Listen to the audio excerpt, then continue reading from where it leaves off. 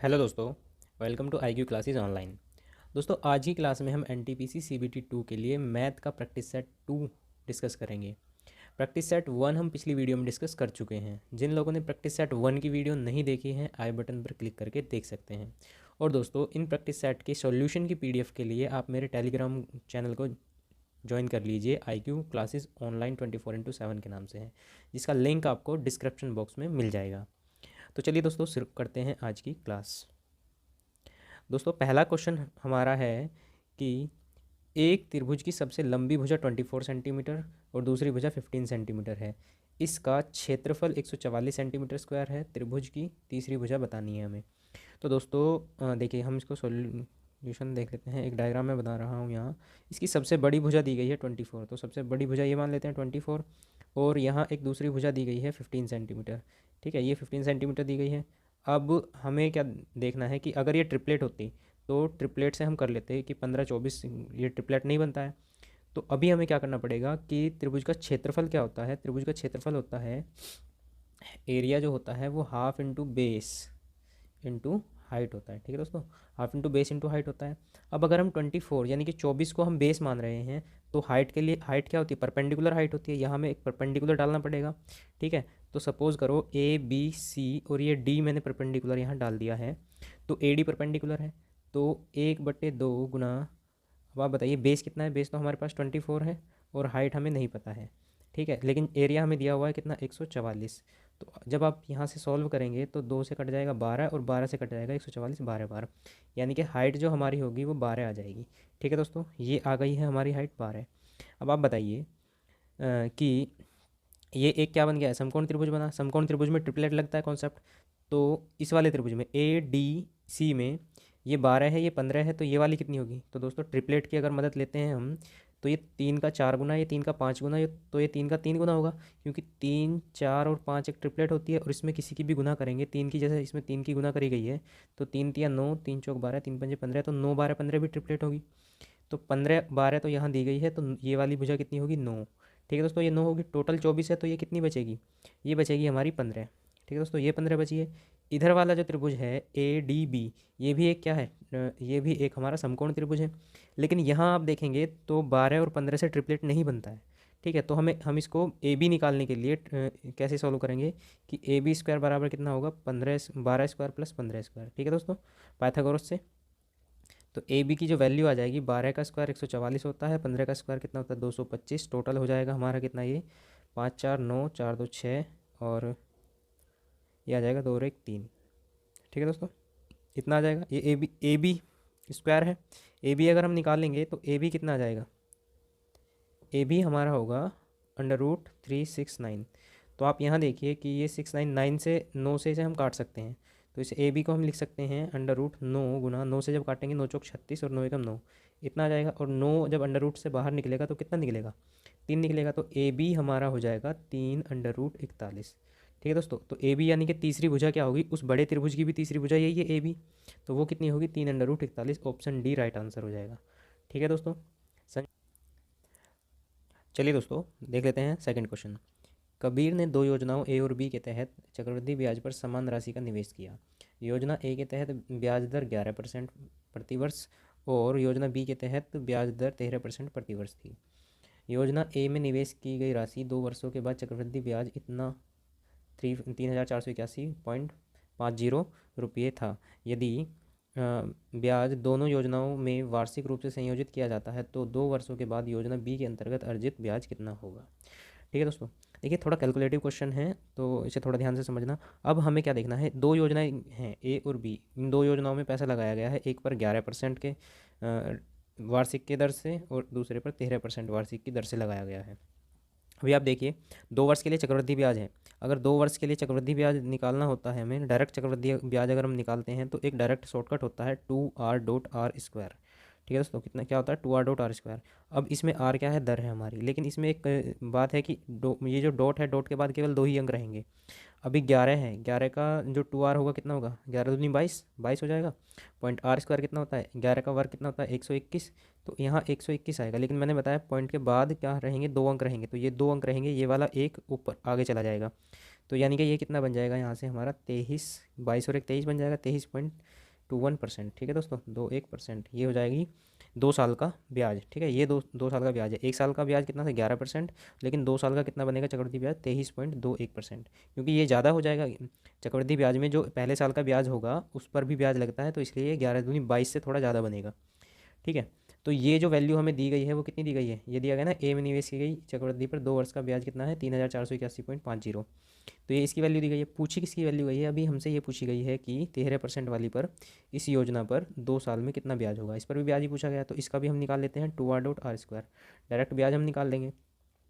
तो 13 दूनी 26.13 का वर्ग कितना होता है 169 होता है, तो 1 आगे आ जाएगा 27.69%। ठीक है, ये हमें इसकी वैल्यू निकालनी है। 23.21% की वैल्यू हमारे पास है, क्योंकि दोस्तों समान यहाँ दोनों दोनों इसमें कहा गया है कि समान राशि है, तो दोनों का जो प्रिंसिपल होगा वो दोनों का सेम होगा। 100% जो वैल्यू आएगी वो निकल के सेम आएगी, तो हमें 100% निकालने की ज़रूरत भी नहीं है, हम डायरेक्ट वैल्यू निकाल देंगे। तो चलिए दोस्तों, दिया गया है इतने परसेंट की वैल्यू कितनी दी गई है 3481.50, और 1% की अगर हम बात करते हैं तो 3481.50 बटे 23.21, और हमें निकालनी कितने परसेंट की है, इतने परसेंट की, तो डायरेक्ट हम यहाँ रख देंगे 27.69।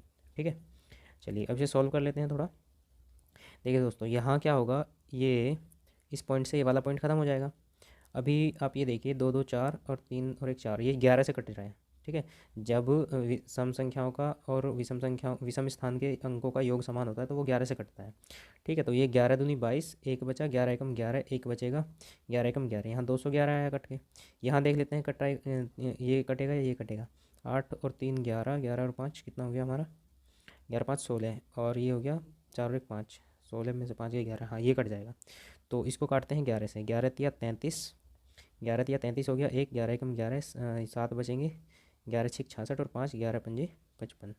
ठीक है, ये पॉइंट हम पहले ही हटा चुके हैं, तो 1 0 यहाँ आ जाएगी। चलिए अब हम क्या कर देते हैं, इसको काट लेते हैं 211 से। 211 से डायरेक्ट, हाँ डायरेक्ट काट सकते हैं।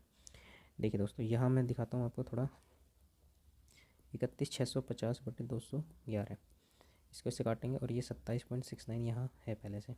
तो 211 एकम 211, 211 कितना बचेगा, यहाँ बचेगा हमारा 5, यहाँ बचेगा 0, यहाँ बचेगा 1, और ये वाला 5 उतार लेंगे।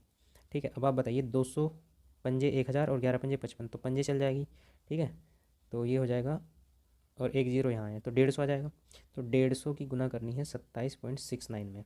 ठीक है, कैलकुलेशन थोड़ी सी ज़्यादा है, एक पॉइंट इसे हटाएंगे, एक अंक बाद पॉइंट है, यानी कि एक अंक बाद पॉइंट आएगा। अब जो भी गुना करके आएगा उसके एक अंक बाद पॉइंट आएगा, ये दोनों नहीं हटा रहा हूँ मैं, 1 0 से एक ही पॉइंट हटेगा, यहाँ पॉइंट आ जाएगा। अब अभी देखिए 15 की गुना करेंगे, 15 निम्मा कितना होता है 135 होता है, तो 5 हासिल लगी 13, 15 छिक्का कितना होता है, 15 छिक्का हमारा होते हैं 90, और 90 और 13 कितना हो जाएगा 103, 103 का 3 आएगा, और हासिल लगेगी 10। ठीक है, और अब 15 सत्ते कितना होता है, 15 सत्ते 105, 105 और 10 115, 115 का 5 हासिल लगेगी 11, और 15 दूनी 30 और 11 41। ठीक है, एक अंक बाद पॉइंट आ जाएगा, तो 4153.5 आंसर होगा, 4153.5, यानी कि ऑप्शन सी राइट होगा। ठीक है दोस्तों, थोड़ा सा कैलकुलेटिव सवाल था इसलिए थोड़ा टाइम लगा इसमें, अदरवाइज दोस्तों हम इसमें डिजिटल सम वगैरह लगा के भी इसको ऑप्शन से कर सकते थे। ठीक है, चलिए डिजिटल सम का कॉन्सेप्ट अगर मैं आपको समझाऊंगा तो थोड़ा टाइम लगेगा उसे, लेकिन जब मैं रेगुलर क्लासेस लेना शुरू करूंगा तब मैं डिजिटल सम आपको समझाऊंगा, बहुत आसान हो जाता है उससे ऑप्शन को एलिमिनेट करना। चलिए दोस्तों, देखते हैं नेक्स्ट क्वेश्चन। नेक्स्ट क्वेश्चन में है क्वेश्चन नंबर 3 हमारा, एक रस्सी एक वर्ग के रूप में संलग्न है जिसका क्षेत्रफल 22 वर्ग सेंटीमीटर है। यानी कि वर्ग के रूप में जब वो है तो उसका क्षेत्रफल कितना है यहाँ 22। ठीक है दोस्तों, 22 वर्ग सेंटीमीटर। उस रस्सी को एक सर्कल में परिवर्तित किया जाता है तो उस वर्ग का क्षेत्रफल कितना होगा। सर्कल बनाया गया है तो सर्कल का क्षेत्रफल पूछा गया है। ठीक है दोस्तों, तो पहली बात तो जब यहाँ इसका क्षेत्रफल दिया गया है 22, तो हमें पहले भुजा निकालनी पड़ेगी, और भुजा से हमें क्या निकालना पड़ेगा, जो रस्सी है उसकी जो सरकमफ्रेंस होगी, यानी कि परिधि जो होगी, यानी कि वर्ग के लिए परिमाप और इसके लिए परिधि जो होगी वो बराबर करनी पड़ेगी। और परिधि परिमाप निकालने के लिए हमें क्या करना पड़ेगा, पहले इसके भुजा निकालनी पड़ेगी। दोस्तों पहले भुजा निकालेंगे। ठीक है, भुजा ये जो 22 है वो ए स्क्वायर की वैल्यू दी गई है, ए स्क्वायर की वैल्यू 22 अगर हमें दी गई है तो ए की वैल्यू कितनी आ जाएगी, यहाँ से √22 आ जाएगी। ए की वैल्यू कितनी आ जाएगी, √22। तो अब आप बताइए हमें क्या निकालना है, इसका जो रस्सी का जो परिमाप होगा वो कितना होगा 4a, परिमाप 4a कितना होगा 4√22। तो ये 4√22 इसके क्षेत्र इसके परिधि के बराबर होगा। वर्त की परिधि कितनी होती है 2πr होती है। ठीक है दोस्तों, तो 2πr यहाँ से इतना आ गया, इससे इसे काट सकते हैं 2 बार।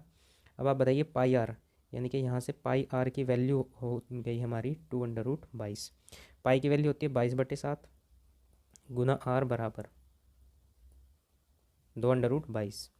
तो दोस्तों आर बराबर कितना हो जाएगा, 2 से इसे भी काट सकते हैं 11√22/7 गुना, नहीं ये 7 यहाँ नहीं आएगा, तो यहाँ क्या करेंगे हम, ये 7 ऊपर चला जाएगा यहाँ गुना में, और ये जो 11 है वो नीचे आ जाएगा। तो ये किसकी वैल्यू आ गई आर की। ठीक है, अभी इसे काटना नहीं है, अभी हमें क्या निकालना है, क्षेत्रफल इसका निकालना है। तो जब क्षेत्रफल निकालना है तो हमें पाई आर स्क्वायर निकालना है। ठीक है, इसका पाई आर स्क्वायर निकालने के लिए पाई की वैल्यू रखेंगे हम 22/7 और आर स्क्वायर यानी कि इसका भी स्क्वायर करना है। तो इसका स्क्वायर हम मैं लिख रहा हूँ डायरेक्ट, √22 का तो 22 आ जाएगा, 7 का 49 हो जाएगा, और 11 का कितना हो जाएगा 121। ठीक है दोस्तों, तो ये आएगा, यहाँ से काट लेते हैं, 11 से कट जाएगा 11 बार, 11 से कट जाएगा 2 बार, फिर 11 से कट जाएगा 2 बार, 7 से कट जाएगा कितनी बार 7 बार, तो 7 दूनी 14 दूनी 28। तो इसका जो क्षेत्रफल होगा वो 28 वर्ग सेंटीमीटर या 28 सेंटीमीटर स्क्वायर होगा। ठीक है दोस्तों, ये भी थोड़ा सा कैलकुलेटिव क्वेश्चन था। बाकी देखिए ऐसे क्वेश्चन, क्योंकि क्वेश्चन तो मॉडरेट भी आएंगे और हार्ड भी आएंगे, ये थोड़ा सा टाइम टेकिंग क्वेश्चन वाली श्रेणी में था। तो 28 कौन सा है हमारा, ऑप्शन ए राइट होगा। ठीक है, नेक्स्ट क्वेश्चन हम देख लेते हैं। देखिए एक संख्या का 40% उसके 28% से 72 अधिक है, संख्या ज्ञात कीजिए। दोस्तों संख्या का 40% उसके 28% से, उसी संख्या के 28% से, तो यहाँ बताइए परसेंटेज में कितना अधिक है, 28 से 40 कितना 12% अधिक है। तो 12% अधिक है, लेकिन अगर नंबर में देखें एक्चुअल तो वो कितना 72 अधिक है। ठीक है दोस्तों, एक्चुअल नंबर में 72 अधिक है, तो 12% की वैल्यू इतनी होगी, संख्या 100% होगी अपने आप में। ठीक है दोस्तों, कोई भी चीज़ इनिशियल स्टेज में 100% होती है, तो हमें निकालनी है 100% की वैल्यू। पहले हम 1% की निकाल लेते हैं, 1% की होगी 72/12 और गुना कर देंगे 100 की, तो 100% की निकल जाएगी।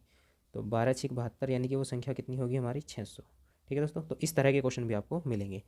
ठीक है, नेक्स्ट क्वेश्चन है क्वेश्चन नंबर 5। कॉमनवेल्थ गेम्स में भाग लेने वाले एथलीटों की कुल संख्या 660 थी। लड़कों और लड़कियों के बीच का अनुपात 13:9 था। कुछ दिनों के बाद 30 लड़कियां गेम्स में शामिल हो गई और कुछ लड़कों ने बीच में गेम्स छोड़ दिया। इस प्रकार लड़के और लड़कियों के बीच नया अनुपात 6:5 बना। गेम्स छोड़ने वाले लड़कों की संख्या बताइए।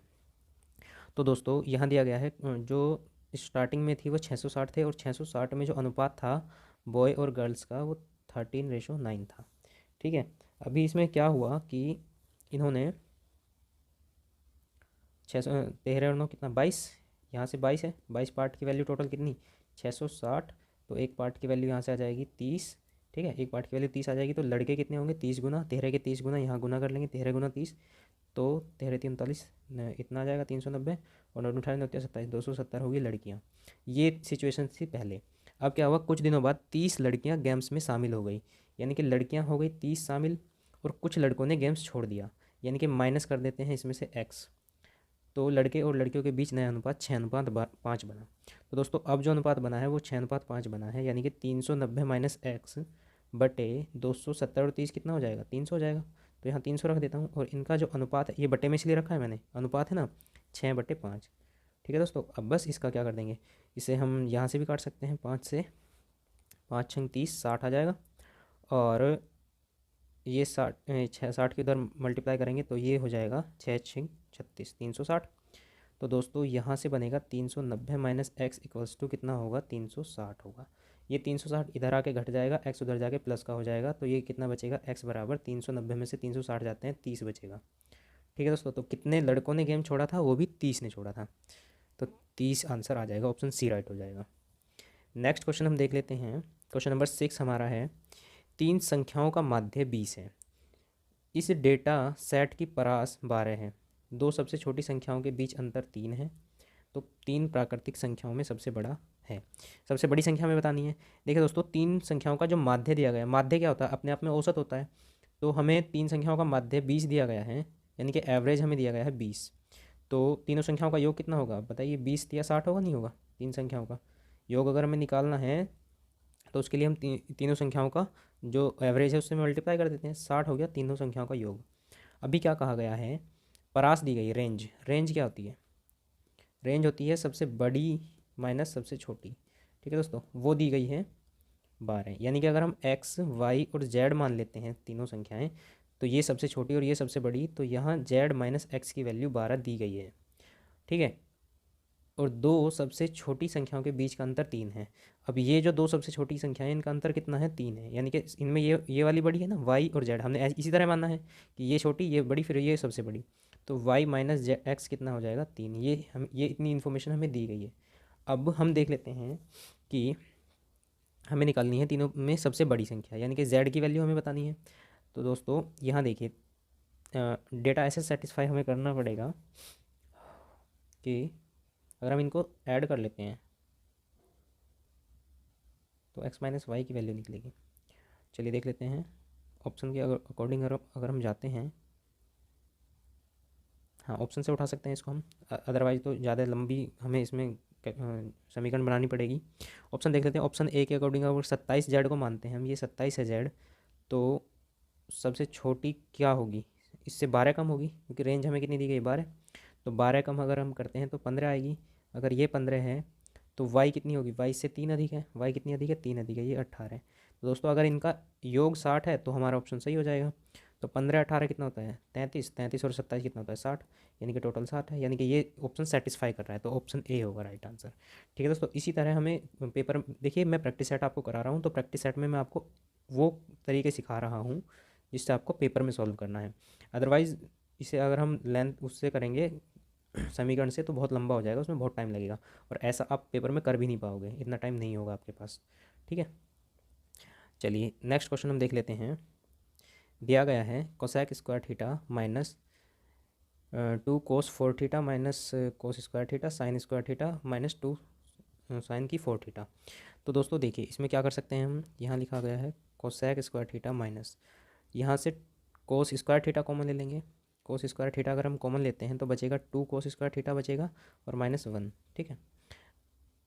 अब यहाँ से हम साइन स्क्वायर थीटा कॉमन ले लेते हैं, तो साइन स्क्वायर थीटा कॉमन लेंगे तो 1 - 2 साइन स्क्वायर थीटा यहाँ से बचेगा, 2 साइन स्क्वायर थीटा। और आपको पता होगा कि ये 2 कोस स्क्वायर थीटा -1 ये भी कोस 2 थीटा का फॉर्मूला है, और 1 - 2 साइन स्क्वायर थीटा ये भी कोस 2 थीटा का फॉर्मूला है। तो या तो आप इसको यहाँ से डायरेक्ट भी काट सकते हैं या लिख भी सकते हैं।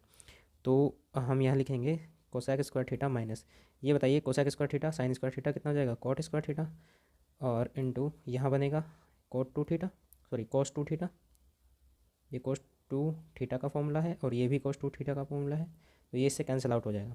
तो बचा क्या हमारे पास, ये बचा cosec square theta minus cot square theta, और cosec square theta minus cot square theta कितना होता है, डायरेक्ट फॉर्मूला हमारा होता है सर समीका से 1। ठीक है दोस्तों, तो इसका आंसर कितना हो जाएगा हमारा, 1 हो जाएगा। चलिए नेक्स्ट क्वेश्चन हम देख लेते हैं। यदि 3 साइन स्क्वायर थीटा प्लस 7 कोस स्क्वायर थीटा बराबर 4, तो टेन थीटा की वैल्यू बतानी है। तो दोस्तों 3 साइन स्क्वायर थीटा, इसे भी हम 3 में तोड़ लेते हैं, तो +3 कोस स्क्वायर थीटा प्लस 4 कोस स्क्वायर थीटा। ठीक है दोस्तों, ये हमने ऐसे तोड़ लिया, 7 को 3 और 4 में अलग अलग तोड़ लिया है, बराबर 4। तो आप बताइए ये 3 अगर हम यहाँ से कॉमन लेते हैं तो sign square theta plus cos square theta 1 हो जाएगा, तो यहाँ मैं डायरेक्ट 1 लिख दूँ। बचेगा यहाँ कितना, 4 कोस स्क्वायर थीटा बराबर 4। ठीक है, अभी आप देखिए ये जो 4 है ये वो सॉरी ये 3 बनेगा, 3 उधर जाके घट जाएगा, तो 4 कोस स्क्वायर थीटा बराबर हो जाएगा हमारा 1। तो कोस स्क्वायर थीटा कितना आ जाएगा यहाँ से 1/4, और कोस थीटा कितना आ जाएगा 1/2। ठीक है दोस्तों, क्योंकि यहाँ स्क्वायर है, स्क्वायर रूट ले लेंगे, तो 1/2, और कोस थीटा 1/2 किसकी टेबल में होता है, तो ये होता है 1/2 किसका मान होता है, कोस 60 का। ठीक है दोस्तों, कोस 60 डिग्री का मान कितना होता है, कोस थीटा बराबर ये कोस 60 का होता है। ठीक है दोस्तों, तो थीटा यहाँ से कितना आ जाएगा हमारा, थीटा आ जाएगा 60 डिग्री। ठीक है, पूछा किसकी वैल्यू है, ये टेन थीटा की, तो टेन 60 का निकाल देंगे। टेन 60 की वैल्यू कितनी होती है, टेन 60 की होती है √3। ठीक है दोस्तों, √3 आंसर होगा इसका, ऑप्शन बी राइट आंसर होगा। चलिए नेक्स्ट क्वेश्चन हम देख लेते हैं। यदि एक नियमित बहुभुज के अंतः कोणों का योग उस बहुभुज के बाह्य कोणों के योग के दुगने के बराबर है, तो उस बहुभुज की भुजाओं की संख्या कितनी है। तो दोस्तों कोई भी पॉलीगन होता है, रेगुलर पॉलीगन, उसमें क्या होता है कि जो एक्सटर्नल कोणों का योग होता है हमेशा सम ऑफ एक्सटर्नल एंगल वो कितना होता है 360 होता है, हमेशा ही 360 होता है, चाहे उसमें कितनी भी हमारी भुजाएं हों। लेकिन उसने क्या कहा गया, अंत्य कोणों का योग उसके उस बहुभुज के बाह्य कोणों के योग के दुगने के बराबर है। तो इंटरनल का योग कितना दे दिया हमें, इंटरनल का योग दे दिया है 360 का दुगना यानी कि 720। ठीक है दोस्तों, 720 दिया गया है। अब जो फॉर्मूला हमारा होता है बहुभुज की भुजाओं, तो दोस्तों आंतरिक कोणों के योग का जो फॉर्मूला होता है वो कितना होता है, n-2, n भुजाओं की संख्या होती है इंटू 180। ठीक है दोस्तों, ये भुजाओं के योग का फॉर्मूला होता है बराबर 720 दिया हुआ है, निकाल लिया हमने 720। जीरो से जीरो और 18 36 38 54 18 चौक 72 4 आ जाएगा यहाँ से। तो n-2 इक्वल्स टू 4 और n इक्वल्स टू कितना आ जाएगा यहाँ से 6। ठीक है दोस्तों, 6 आंसर होगा। तो भुजाएँ कितनी होगी 6, तो ऑप्शन बी राइट आंसर होगा। नेक्स्ट क्वेश्चन हम देख लेते हैं, क्वेश्चन नंबर 10। एक नाव धारा के प्रतिकूल एक निश्चित दूरी तय करने में 6 घंटे 30 मिनट का समय लेती है। ठीक है दोस्तों, यानी कि प्रतिकूल की बात करी गई है, तो प्रतिकूल में B-W होता है। B-W जो उसमें जो समय लगा, समय दिया गया है ना, B-W में जो समय लगा है वो कितना लगा है 6 घंटे 30 मिनट, यानी कि 6.5 घंटे हम लिख सकते हैं, 6.5 आवर्स। ठीक है, धारा के अनुकूल समान दूरी तय करने में 3 घंटे 30 मिनट समय नहीं, 3 घंटे 30 मिनट कम लगता है, यानी कि इससे 3 घंटे 30 मिनट कम। यानी कि अगर हम B+W में जो समय लगेगा वो 6.5 घंटे से 3.5 घंटे कम, यानी कि कितना घंटे लगेगा, 3 घंटे लगेगा, है ना। यहाँ देखिए 6.5 घंटे से 3.5 घंटे कम अगर हम करते हैं तो 3 घंटे बचेगा ना, बचेगा, तो 3 घंटे लगेगा। तो यहाँ कितना लगेगा 3 आवर्स। अब हम देख लेते हैं, तो धारा के अनुकूल गति और धारा के प्रतिकूल गति का अनुपात बताइए। दोस्तों समय का अनुपात ये दिया गया है, और समय का अनुपात ये है, अनुकूल पहले रखना है, प्रतिकूल बाद में रखना है। ठीक है, तो यहाँ कर लेते हैं, पहले निकाल लेते हैं हम गति या चाल का जो अनुपात होगा वो कितना होगा, उल्टा कर देंगे, ये 3 यहाँ आ जाएगा, ये 6.5 यहाँ आ जाएगा। ठीक है, तो इसे यहाँ से रफ करते हैं, 6.5 में नहीं रखते हैं, दुगुना कर लेते हैं, 2 की गुना कर लेते हैं, तो ये 6 और ये 6 दूनी 12 और 13, 6:13 आएगा। लेकिन 6:13 है प्रतिकूल का, पहले पहले प्रतिकूल का 6 और अनुकूल का 13, लेकिन उसने उल्टा पूछा है तो 13/6 आ जाएगा। 13/6 कौन सा होगा हमारा, ऑप्शन ए राइट आंसर होगा। नेक्स्ट क्वेश्चन हम देख लेते हैं, दिया गया है 2 sin 68 cos 22।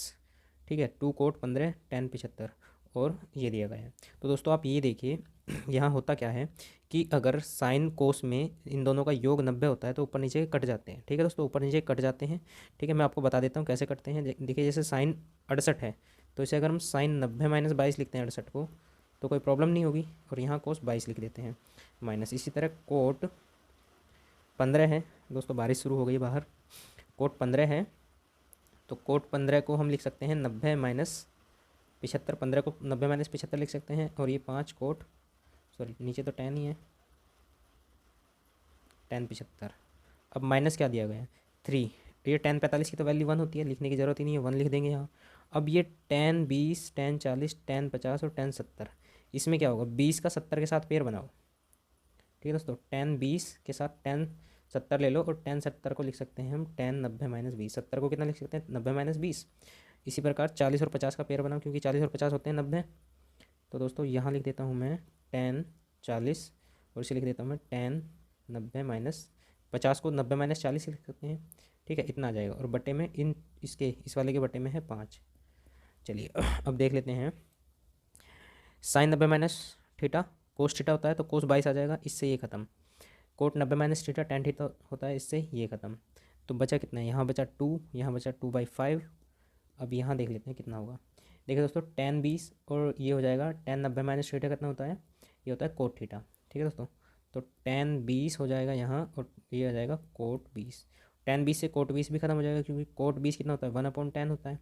ठीक है, इसी प्रकार, एक मिनट यहाँ मैंने इक्वल गलत लगा दिया है, ये मल्टीप्लाई था यहाँ। इसी प्रकार यहाँ tan 40 और कोट 40 बन जाएगा, ये कितना बन जाएगा कोट 40/5। तो इससे ये ख़त्म, इससे ये ख़त्म। अभी बचा क्या यहाँ पे 2 - 2/5 - 1/5। ठीक है, तो इसे सॉल्व कर लेते हैं। अब देखिए यहाँ 5 है, यहाँ 5 है, तो यहाँ भी 5 बनाने के लिए 5 से ऊपर नीचे मल्टीप्लाई कर लेंगे, तो 5 5। अब ये आसानी से सॉल्व हो जाएगा, 5 दूनी 10 यहाँ आ जाएगा, -2 -1/5। ठीक है, तो 10 - 3 इतना 7/5 आंसर होगा। 10 - 3, 5 दूनी 10 -2 8 -1, कुछ गड़बड़ हो गई है इससे। हाँ यहाँ 3 भी था ना, हाँ यहाँ 3 भी था ये, तो ये 3/5, यहाँ 3 आएगा, यहाँ भी 3 आएगा, 3 2 5, तो यहाँ 5/5 होगा, तो 5/5 कितना आ जाएगा, 1 आंसर होगा। ठीक है दोस्तों, 1 आंसर, यानी कि ऑप्शन सी राइट होगा। चलिए नेक्स्ट क्वेश्चन हम देख लेते हैं। क्वेश्चन नंबर 12 है, वह अनुपात ज्ञात कीजिए जिसमें 3 प्रकार की चीनी जिनकी कीमत 12 रुपये, 14 रुपये और 20 रुपये का मिश्रण बनाया जाता है जाए कि उसे 18 रुपये प्रति किलो से बेचने पर 20% का लाभ हो। तो दोस्तों 3 मिश्रण 12, 14 रुपये और 20 रुपये वाली चीनी को मिलाकर 18 रुपये में बेचने पर 20% का लाभ हो रहा है। तो पहले हम उसका सीपी निकाल लेते हैं दोस्तों। 18 रुपये जो है वो 120% की वैल्यू, क्योंकि 20% का लाभ होता है। तो सीपी कितना रहा होगा उसका बनेगा जो, वो 100% निकालना पड़ेगा हमें। 100% कितना होगा, 18/120 गुणा 100। ठीक है, 0 से 0 काट लेंगे और कट जाएगा ये 2 से, 2 पंजे 10 और 2 6 12, 6 12 6 18, यानी कि 15 आ जाएगा। ठीक है दोस्तों, उसका जो सीपी होगा बेचने के लिए वो 15 रुपये रहा होगा। ठीक है दोस्तों, कितना रहा होगा, 15 रुपये, 15 रुपये। अब 3 प्रकार की चीनी है, तो जब तीनों मिलाई गई है, अगर तीनों की एक एक किलो मात्रा लेते हैं तो अभी हमें क्या करना पड़ेगा, यहाँ से ऑप्शन के अकॉर्डिंग जाना पड़ेगा। यहाँ 15 रुपये ये सेटिस्फाई करा देंगे हम।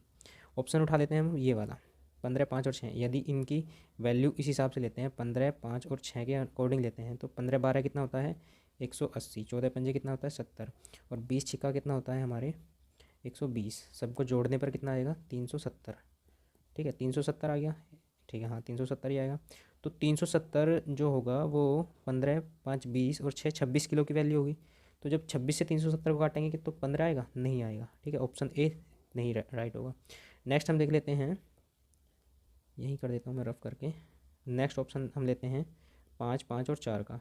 तो 5, 5 और 4 के अकॉर्डिंग लेते हैं, तो 12 पंजे 60 रुपये इसके बैठ जाएंगे, 14 पंजे 70 इसके हो जाएंगे और 20 चौक 80 इसके हो जाएंगे। तो कितना हो जाएगा, 70 80 ये हो जाएगा हमारा 150 और 60 कितना, 210।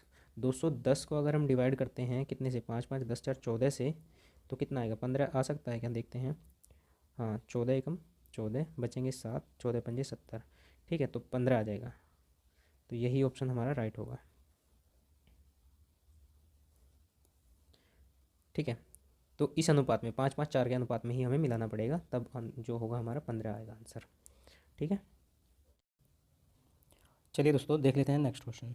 नेक्स्ट क्वेश्चन में कहता है कि एक कक्षा के सेक्शन जे और सेक्शन के में छात्रों की संख्या क्रमशः 50 और 65 है। सभी छात्रों के गणित में औसत अंक 60 हैं। यदि जे में छात्रों की संख्या के छात्रों की संख्या की तुलना में 20% अधिक है तो जे में छात्रों की संख्या के औसत अंक बताइए। तो दोस्तों यहाँ देखिए 2 सेक्शन बनाए गए हैं, जे और के। ठीक है, जे और के 2 सेक्शन हैं। इसमें क्या कहा गया है, छात्रों की जो संख्या है, संख्या वो दी गई है 50 और 65। ठीक है दोस्तों, 50 और 65 दी गई है। अभी यहाँ और क्या दिया गया है कि गणित के औसत अंक दिए गए हैं, सभी के टोटल के औसत अंक दिए गए हैं 60। ठीक है, ये सभी के हैं। अच्छा, अभी और क्या इन्फॉर्मेशन है हमें इसके बारे में कि जे में छात्रों का औसत अंक के में छात्रों के औसत अंक की तुलना में 20% अधिक है। यानी कि इसका जो औसत है, अगर हम औसत यहाँ लिखेंगे, यहाँ औसत, तो वो जे का 20% अधिक है। पहली बात तो 20% की जो फ्रैक्शन वैल्यू होती है वो 1/5 होती है, और अधिक है तो यहाँ कितना हो जाएगा, 6/5 हो जाएगा। यानी कि ये जे के होंगे और के की तुलना में है तो ये के होंगे। जिसकी तुलना में होते हैं वो नीचे होता है। तो 5 हो जाएंगे किसके, के, और 6 औसत किसका हो जाएगा, ये हमारा जे का हो जाएगा। ठीक है दोस्तों, तो ये एक्चुअल इनका औसत नहीं है, अभी हम देख लेंगे कितना औसत निकल के आएगा। अभी पहले हम क्या करते हैं, इनका योग निकालते हैं, क्योंकि जो संख्या गुणा औसत होता है वो योग निकलता है। तो यहाँ योग कितना निकलेगा, 50 छिक्का 300 होंगे, 300, और यहाँ कितना निकलेगा 5 पंजे 25, इसमें मल्टीप्लाई करेंगे और 2, तो 5 6 30 और 2 32।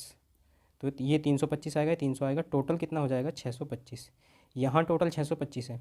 तो आप एक बात बताएं हमें कि योग बटे संख्या, अगर हमें औसत निकालना होता है तो वो क्या होता है, योग बटे संख्या होता है। तो टोटल योग आया हमारा 625 और संख्या टोटल कितनी है, 50 और 65। टोटल संख्या कितनी है, 50 + 65 कितनी हो जाएंगी, 115।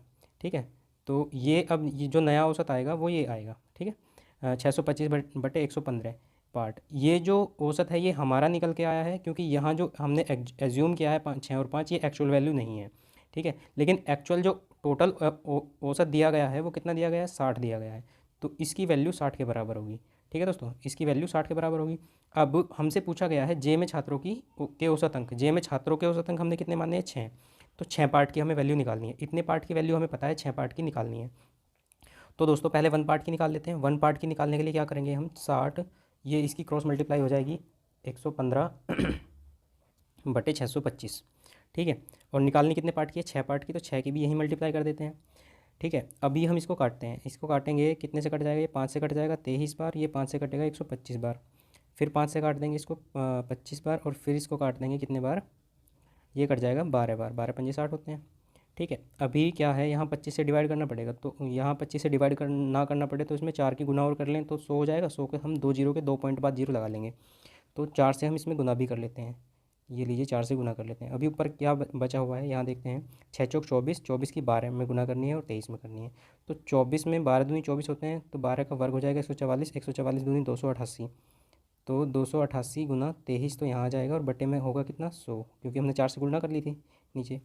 अब इसकी गुना करनी है, 288 की 23 में गुना करेंगे, कितना आ जाएगा, यहाँ मैं कर देता हूँ 288 और 23 की गुना, 3 8 दूनी 8 24, 8 24 25 26, 2 और 3 दूनी 6 7 8, 2 की करेंगे, 2 अट्ठे 16, 2 अट्ठे 16 और 1 17, 2 दूनी 4 और 1 5, 576, यहाँ बचेगा 4, 6 6 12, 8 8 16, और ये हो जाएगा 5 और 1 6, ठीक है। 66 24 आएगा, कितना आएगा 66 24, 66 24, और बटे में 100 है तो 2 अंक बाद क्या लगा देंगे हम, पॉइंट लगा देंगे, तो 66.24, ठीक है। 66.24 होगा हमारा आंसर, ठीक है। थोड़ी सी कैलकुलेशन ज़्यादा है इसमें, तो ये होगा आंसर, ठीक है। चलिए देख लेते हैं, इसी तरह के क्वेश्चन आएंगे, आप ये मत सोचना कि ज़्यादा इजी भी आएंगे, तो कैलकुलेटिव भी क्वेश्चन होंगे थोड़े। नेक्स्ट हम देख लेते हैं, क्वेश्चन नंबर 14 में क्या कहा गया है कि x की 4 प्लस ये x की पावर -4 है, तो इसका मतलब क्या होता है, ये दिया, इसका मतलब ये है कि x की 4 प्लस 1/x की 4 की वैल्यू दी गई है हमें 2207, ठीक है। 2207 दी गई है, पूछी है हमसे वैल्यू किसकी, ये यहाँ वैल्यू पूछ रहा है x-7/2 की पावर 2 की, यानी कि इसमें हम क्या कर सकते हैं, x की वैल्यू हमें निकालनी है। तो x की वैल्यू निकालने के लिए अब आप एक बात बताइए, आपने जो, हालांकि मैं डायरेक्ट बताना चाहूँगा कि यहाँ करेंगे हम x की पावर 4 प्लस x की पावर 4, अगर मैं इधर 2 कर लेता हूँ, ठीक है, और 2 जोड़े, इधर भी 2 जोड़ दूंगा मैं, 2200 कितना हो जाएगा, ये 2209, ठीक है, 2209।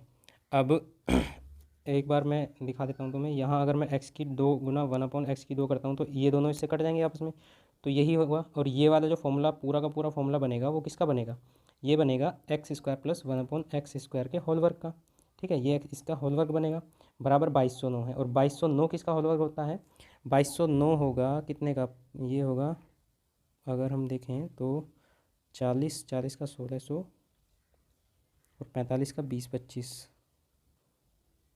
46 47 का होगा, ठीक है, ये होगा 47 का, तो 47 का स्क्वायर कर देंगे, इससे ये कैंसिल आउट हो जाएगा। तो अब ये वैल्यू किसकी आई है, x² plus 1/x² equals to 47, फिर से वही प्रोसेस करेंगे हम, यहाँ 2 प्लस करेंगे, यहाँ भी 2 प्लस करेंगे, जब हमने यहाँ 2 प्लस कर दिया तो ये 49 हो गया, ठीक है, ये 49 हो गया, और ये फॉर्मूला बनेगा 1/x प्लस x का, ठीक है, स्क्वायर इक्वल्स टू कितना हो जाएगा 49 7 स्क्वायर, इससे ये कैंसिल आउट हो जाएगा, तो x प्लस 1/x कितना आ जाएगा, यहाँ से हमारा 7 आ जाएगा, ठीक है दोस्तों, x प्लस 1/x 7 आ गया है, ठीक है। अब हमें निकालनी किसकी वैल्यू है, x की वैल्यू निकालनी है। तो दोस्तों इसमें हम देखिए, यहाँ x की वैल्यू पूछी गई है, यहाँ से नहीं कर सकते, अभी हमें क्या डायरेक्ट x की निकालनी पड़ेगी, तो x माइनस 1/x की और वैल्यू निकाल लेते हैं।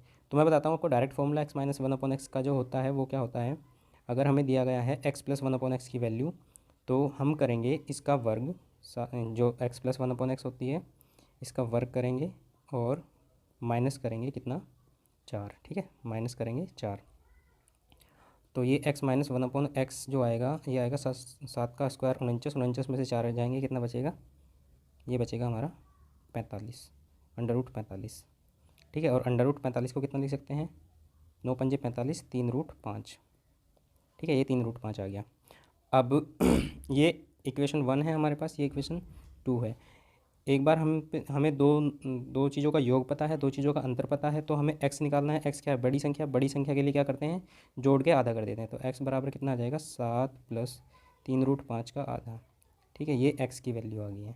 जब ये x की वैल्यू आ गई है तो x की वैल्यू इसमें पुट कर देंगे, ठीक है, x की वैल्यू यहाँ पुट करेंगे तो 7, मैं इसे ऐसे भी लिख सकते हैं, 7/2 लिख दूँ यहाँ, 7/2 प्लस 3√5/2, ठीक है, और -7/2 का वर्ग, ये इससे कैंसिल आउट हो जाएगा, और ये 3 गुना इसका वर्ग कितना आएगा 9, इसका वर्ग कितना आएगा 5, इसका वर्ग कितना आएगा 2 का वर्ग 4। अभी कुछ कटेगा यहाँ तो नहीं कटेगा, नहीं कटेगा तो मल्टीप्लाई करके लिखेंगे। ठीक है, कितना आएगा 9, 9 पंजे 45, 45 तिया होंगे 135, 135 बटे 4, 4 तिया 12 और 4 तिया 12, 33 पॉइंट समथिंग आएगा। ये ऑप्शन डी राइट होगा। ठीक है दोस्तों, ऑप्शन डी। चलिए दोस्तों देख लेते हैं नेक्स्ट क्वेश्चन। नेक्स्ट क्वेश्चन हमारा है कि इसमें दिया गया है a/4, a/4, b/5 और c/7। ठीक है दोस्तों, तो दोस्तों वेरी इजी क्वेश्चन है ये। तो इसमें क्या कहा गया है कि देखिए जो जिसके बटे में होता है वो उसका रेशो होता है। ठीक है, तो यहाँ इसे हम ऐसे लिख सकते हैं कि a/b/c इक्वल्स टू कितना 4/5/7। ठीक है, अभी एक बात और है जो यहाँ हमसे पूछा गया है, इसकी ऊपर वाले की अगर हम पावर देखते हैं तो वो 2 पावर है और इसकी पावर देखते हैं तो वो भी 2 पावर है। ठीक है, इन दोनों की घात जो है मैक्सिमम पावर जो है वो कितनी है, सेम है, 2 2 है दोनों की। तो अगर पावर सेम होती है तो हम जो इनके रेशो होते हैं वही इनकी वैल्यू भी ऐसे के ऐसी हम रख सकते हैं। अगर पावर सेम नहीं होती तो फिर हमें कोई ना कोई कॉन्स्टेंट इसके साथ गुना करके तब रखना पड़ता। ठीक है, तो यहाँ सेम है तो हम ऐसे कैसी वैल्यू रख सकते हैं। तो a+b+c² और यहाँ है 2a²। तो अगर a की वैल्यू रखेंगे हम 4 रखेंगे तो 4 + b की 5 + c की कितनी है 7, इसका वर्ग और बटे में 2a की कितनी है 4, 4 का वर्ग। तो दोस्तों कितना हो जाएगा 4 5 कितना हो जाएगा, ये 9 9 7 16, 16 का वर्ग हो जाएगा। तो 16 × 16 लिख देते हैं यहाँ, 16 का वर्ग। और ये कितना है 2 × 16, 2 × 16 तो एक 16 से एक 16 खत्म हो जाएगा, इससे ये खत्म होकर कितना आ जाएगा 8 आ जाएगा। तो दोस्तों इसका आंसर कितना होगा, आंसर होगा 8, ऑप्शन सी राइट आंसर होगा। ठीक है दोस्तों, चलिए नेक्स्ट क्वेश्चन हम देख लेते हैं। Question number 16। क्वेश्चन नंबर 16 में कहा गया है कि 3 वर्षों के अंत में 12,600 रुपये पर अर्जित साधारण ब्याज 1890 रुपये है। तो 2 वर्षों में समान दर पर समान राशि पर अर्जित चक्रवृद्धि ब्याज कितना होगा। तो दोस्तों यहाँ कहा गया है कि ये प्रिंसिपल दिया गया है 12,600 और इस पर अर्जित साधारण ब्याज 1890 3 सालों में है।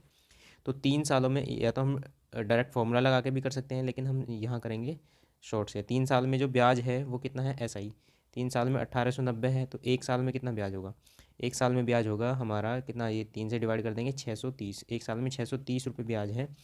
तो दर अगर हमें निकालनी है तो दर निकालने के लिए क्या करेंगे हम, 630, 1 साल का ब्याज ही तो दर होती है, 1 साल का ब्याज बटे में 12,600 × 100। ठीक है, तो ये इससे कट जाएगा और 12 पंजे 60, हाँ ये 5% आ जाएगी। तो दर आ गई है यहाँ से 5%। अभी क्या पूछा गया है नेक्स्ट क्वेश्चन में, कह रहा है 2 वर्षों के लिए चक्रवृद्धि ब्याज बताना है। ठीक है दोस्तों, समान राशि पर। तो चक्रवृद्धि ब्याज बताना है 2 वर्षों का। 2 वर्षों का चक्रवृद्धि ब्याज होता है हमारा 2r√r²। तो 2r कितना हो जाएगा, 2 × 5 10, 10 हो जाएगा और r² कितना हो जाएगा 25। ठीक है, तो इतना परसेंट निकालना है। ठीक है, समान राशि का यानी कि इसका इतना परसेंट निकालना है, यानी कि 12,600 का हमें निकालना है 10.25%। ठीक है, 10.25% निकालना है। परसेंट हटाने के लिए नीचे क्या कर देंगे, 100 से डिवाइड कर देंगे। तो अभी 2 जीरो से ये 2 जीरो कैंसिल आउट हो जाएंगी, लेकिन 2 जीरो अभी यहाँ और बचेंगी, ये वाली पॉइंट वाली। तो इन्हें यहाँ हटा के बटे में 100 कर लेते हैं। ठीक है, और काट कट जाएगा ये 126 × 1025 बटे 100 बनाइए। तो इसे काट सकते हैं हम कितने से, 5 से काट सकते हैं। तो नहीं, हाँ 25 से काट लो डायरेक्ट, 25 चौका 100 और ये 25 चौका 100, 2 बचेंगे, 25 एकम 25, 41 आ जाएगा। 4 से ये कटेगा, 4 से नहीं कटेगा, 2 से कट जाएगा, 2 दूनी 4, 2 6 12, 2 तिया 6, 63 आ गया। तो 63 की 41 में मल्टीप्लाई करके 2 से डिवाइड कर देना है। तो यहाँ कर देते हैं 63 × 41। अगर हम करते हैं तो यहाँ 63 आ जाएगा, 4 तिया 12 और 4 6 24 और 1 25। ठीक है, 3 6 2 8 5 2 इतना आ जाएगा और इसे 2 से डिवाइड भी करना है। तो दोस्तों 2 से जब हम इसको डिवाइड करेंगे, 2 एकम 2, 2 दूनी 4, 1 2 निम 18, 2 एकम 2, 2 एकम 2 और 5, यानी कि ये आ जाएगा 1291.5। तो दोस्तों ऑप्शन सी राइट हो जाएगा हमारा। ठीक है, यहाँ से कैलकुलेशन के हम और भी तरीके देख सकते थे, यहाँ से हम डिजिटल सम वगैरह लगा कर भी कर सकते थे। ठीक है, तो कोशिश करिए कि जितना शॉर्ट हो सके उतना कोशिश करने की कोशिश करिए। नेक्स्ट क्वेश्चन हम देख लेते हैं। पाइप ए बी सी एक साथ मिलकर एक टंकी को 12 घंटे में भर सकते हैं। तीनों पाइप 4 घंटे के लिए एक साथ खोले जाते हैं, फिर सी बंद कर दिया जाता है। ए और बी शेष टंकी को भरने में 10 घंटे का समय लगाते हैं। सी अकेले टंकी का 2/3 भाग कितने समय में भरेगा। तो दोस्तों तीनों एक साथ मिलकर 12 घंटे में भर रहे हैं, ए प्लस बी प्लस सी तीनों मिलकर एक साथ 12 घंटे में भरते हैं। सभी तीनों पाइप 4 घंटे के लिए एक साथ खोले जाते हैं। तो दोस्तों जब सभी तीनों पाइप एक साथ 4 घंटे के लिए खोले गए हैं तो इन्होंने कितना काम कर लिया, 4 या 12, 12 में से 1/3 काम हो चुका है, 2/3 अभी बचा हुआ है। ठीक है, फिर सी को बंद कर दिया जाता है और ए और बी शेष टंकी को 10 घंटे में भर सकते हैं। दोस्तों 2/3 काम, 2/3 बचा हुआ है, तो 2/3 काम को ए और बी 10 घंटे में कर सकते हैं। आप एक बात समझिए कि ए और बी 2/3 काम को 10 घंटे में कर रहे हैं। 2/3 काम को जब वो 10 घंटे में कर रहे हैं, यानी कि 2 काम को 10 घंटे में कर रहे हैं, तो 3 काम को कितने घंटे में करेंगे, 15 घंटे में करेंगे। ठीक है, यानी कि टोटल काम को अगर ए और बी से ही करवाएं हम तो वो 15 घंटे में इस टोटल काम को कर लेंगे। तो अब यहाँ ए बी सी 12 घंटे में कर रहे हैं, ए बी कितने घंटे में कर रहे हैं, 15 घंटे में कर रहे हैं। तो इनका एलसीएम अगर हम लेते हैं तो वो कितना आएगा, 60 आएगा। 12×5 = 60 और 15×4 = 60। ठीक है, तो सी की वर्क कैपेसिटी निकालने के लिए सी की वर्क कैपेसिटी कितनी आ जाएगी। अब यहाँ देखिए ए और बी की तो 4 है ना, ए और बी की इन दोनों की 4 है, तो बची हुई एक किसकी होगी, इसकी होगी, सी की। तो वर्क कैपेसिटी सी की है 1। यहाँ से हमें सी की वर्क कैपेसिटी पता चली। अभी ये इसने कहा है कि सी अकेले टंकी का 2/3 भाग कितने समय में भरेगा। तो 60 टोटल टंकी की कैपेसिटी है, 60 और 60 का 2/3, 60 का 2/3 कितना हो जाएगा, 2/3 निकाल लेंगे हम, कितना आ जाएगा ये, 3 से काटेंगे, 3 दूनी 6, 40, 40 आ जाएगा, 2/3 40 होगा। तो सी से भराना है 40, 40 काम, और सी की वर्क कैपेसिटी कितनी है, 1 है, 1 हमने निकाल ली थी यहाँ से। तो टोटल कितना टाइम लग जाएगा हमें इसको सी को भरने में, 1 घंटा, 1 से डिवाइड कर देंगे तो टोटल लगेगा 40 घंटे। ठीक है दोस्तों, 40 घंटे लगेंगे। आए समझ में, 40 घंटे है, ऑप्शन बी में हमारा राइट आंसर हो जाएगा। ठीक है, चलिए नेक्स्ट क्वेश्चन हम देख लेते हैं। जब 2A25 में 3143 जोड़ा जाता है तो परिणाम 2B68 आता है, जो 8 से विभाज्य है, तो ए और बी उसका सबसे बड़ा संभावित योग क्या होगा। तो दोस्तों ये कहा गया है कि 2A25 में 3143 जब ऐड किया जाता है तो बनता है क्या, 5B68, 5B68 बनता है, जो यानी कि ये 8 से विभाज्य है। किससे विभाज्य है, 8 से विभाज्य है। तो 8 से विभाज्य होने की जो जांच होती है वो ये होती है कि लास्ट के 3 डिजिट इसके 8 से विभाज्य होने चाहिए। तो इसने संभावित योग पूछा है, तो हम देख लेते हैं। देखिए अभी अगर हम बी, इस बी की वैल्यू निकालने के लिए निकालेंगे पहले, क्योंकि 8 से विभाजित होना करने के लिए हम बी की वैल्यू निकाल लेते हैं। तो बी की कितनी, अगर हम यहाँ 1 रखते हैं तो 8 से कट जाएगा, देखते हैं। बी की वैल्यू 1 रखते हैं तो 168 हो जाएगा, 8 दूनी 16, 8 एकम 8, कट जाएगा। लेकिन दोस्तों उसने कहा यहाँ हमें क्या निकालनी है, सबसे बड़ा संभावित मान। इससे बड़ा भी संभावित मान हो सकता है। जब एक रखने पर कट रहा है तो फिर कितना रखने पर कटेगा, +8 कर दो। ठीक है, तो 8 और 1 9, 9 हो जाएगा। तो मैक्सिमम 9 ही तो रख, 8 मैक्सिमम हम कितना रख सकते हैं, यहाँ 9 रख सकते हैं। ठीक है, तो मैक्सिमम वैल्यू रखी हमने बी की 9, 9 से कट जाएगा क्या, देख लेते हैं। 8 एकम 8, एक बचेगा, 8 दूनी 16, 8 एकम 8। तो मैक्सिमम वैल्यू जब हम 9 रखते हैं बी की, तो ये कट जाता है 8 से, यानी कि बी की हम 9 वैल्यू रख सकते हैं। ठीक है, अभी हम देखते हैं यहाँ से जोड़ के, 5 3 8 सही आ रहा है, 4 2 6 ये भी सही है। अब आप ये बताइए, बी की जगह हमें 9 लेना है और यहाँ 1 है, तो यहाँ कितना होना चाहिए था, 8 होना चाहिए था। 8 और 1 तभी तो 9 होंगे। तो ए की वैल्यू कितनी आ जाएगी, यहाँ से 8 आ जाएगी, और 2 3 5, यानी कि ये सेटिस्फाई करेगा। तो उसने पूछा है ए और बी का सबसे बड़ा संभावित मान, तो ए और बी का सबसे बड़ा संभावित मान कितना होगा, ए का 8 है, बी का 9 है, तो ए प्लस बी कितना हो जाएगा, यहाँ से 8 + 9 यानी कि 17, कितना हो जाएगा, 17। तो आंसर आ जाएगा हमारा सी। ठीक है, नेक्स्ट क्वेश्चन हम देख लेते हैं। एक कैन में 7:5 के अनुपात में 2 तरल पदार्थ हैं, 2 तरल पदार्थ ए और बी का मिश्रण है। ठीक है दोस्तों, एक कैन में ए और बी का जो मिश्रण है वो 7:5 के अनुपात में है। जब 9 लीटर मिश्रण बाहर निकाला जाता है और कैन का तरल बी से भर दिया जाता है। देखिए दोस्तों, 9 लीटर मिश्रण बाहर निकाल दिया। अब एक बात बताइए, अगर उस कैन में, यहाँ ये समझने वाली बात है, ये यहीं से क्वेश्चन आसान हो जाएगा, कि अगर उस कैन में 7.5 लीटर 7:5 के अनुपात में मिश्रण भरा हुआ है, तो अगर हम कोई चीज़ उसमें से निकाल रहे हैं तो वो जो निकालेंगे वो भी 7:5, उसमें भी 7:5 के अनुपात में ही निकलेगा वो मिश्रण, जो बचेगा वो भी इतना ही बचेगा। तो ये जो वैल्यू है इसे मान लेते हैं हम शेष। ठीक है, बची हुई। अभी इसमें क्या किया गया है, बची हुई में 9 लीटर निकाला गया था, तो ये वाला 9 लीटर हमने निकाल दिया बाहर। यहाँ लिख देता हूँ मैं अलग इसे समझाने के लिए। तो ये जो 9 लीटर बाहर निकाला गया है, तो 9 लीटर तो पूरा मिश्रण निकला होगा, पूरे मिश्रण में ए और बी का अनुपात निकले हुए में भी 7:5 होगा।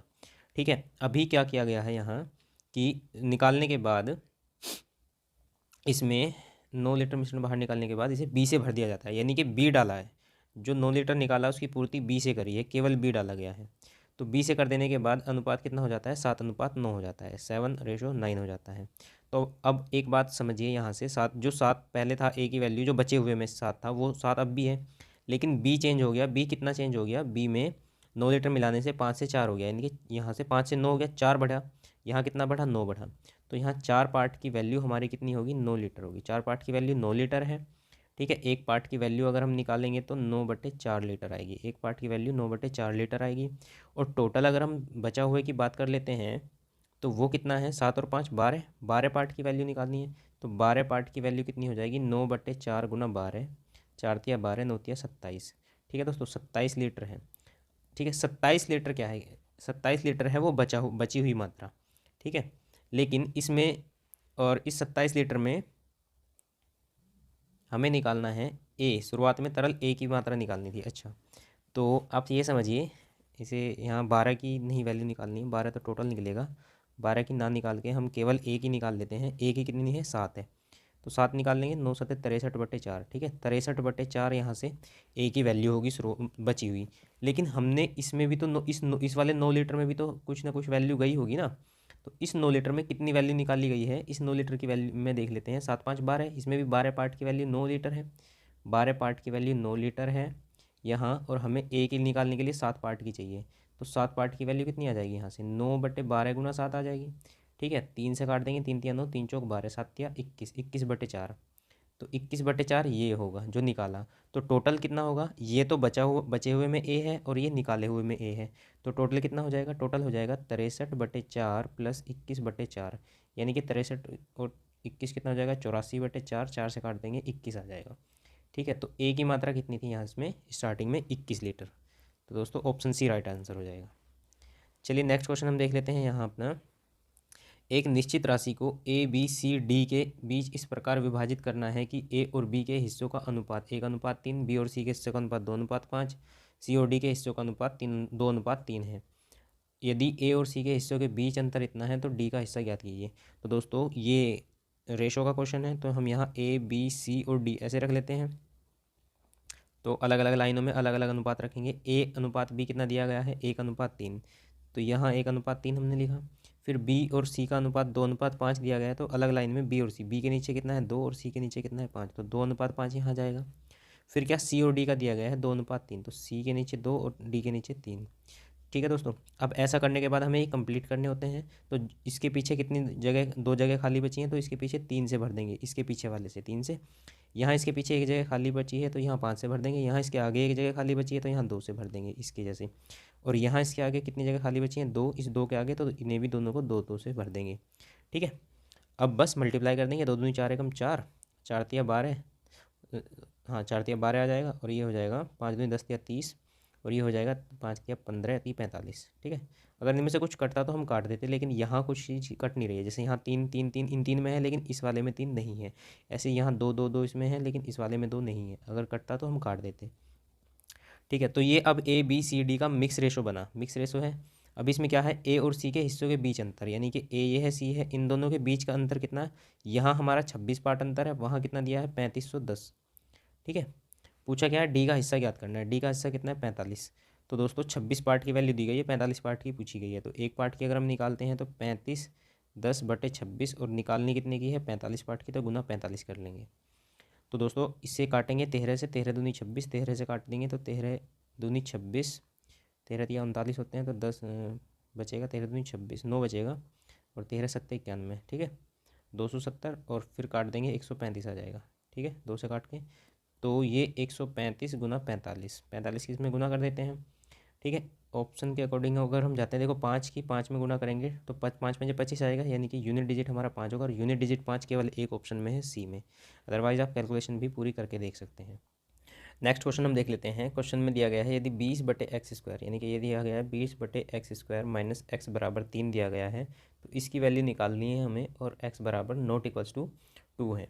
तो x नॉट इक्वल्स टू 2 दिया गया है। देखिए x अगर हम यहाँ 2 रखते, 2 दूनी 4, 4 से इसे काट देते, 4 पंजे 20, 5 माइनस 2 3, तो 2 सेटिस्फाई कर देता है, लेकिन उसने पहले ही मना कर दिया है कि x हमारा 2 नहीं हो सकता। तो दोस्तों अभी हम इसको सॉल्व करेंगे।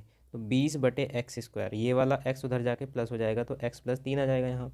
अब ये x² के उधर मल्टीप्लाई कर देते हैं, तो 20 बराबर कितना हो जाएगा, x की पावर 3 + 3x²। ठीक है, इतना बनेगा। या हम इसे ये लिख सकते हैं x³ + 3x² - 20 = 0। तो ये एक इक्वेशन बनी है।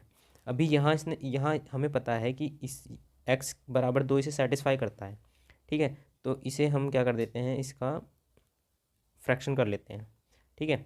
इसके फ्रैक्शन करने के लिए हमें पता है कि x = 2 तो सेटिस्फाई कर रहा है, यानी कि x-2 इसका एक फैक्टर होगा, ठीक है। x-2 तो एक फैक्टर होगा, और बचे हुआ जो होगा वो देख लेते हैं। उसे देखने के लिए क्या करेंगे, हम भाग करके देख लेंगे x-2 से।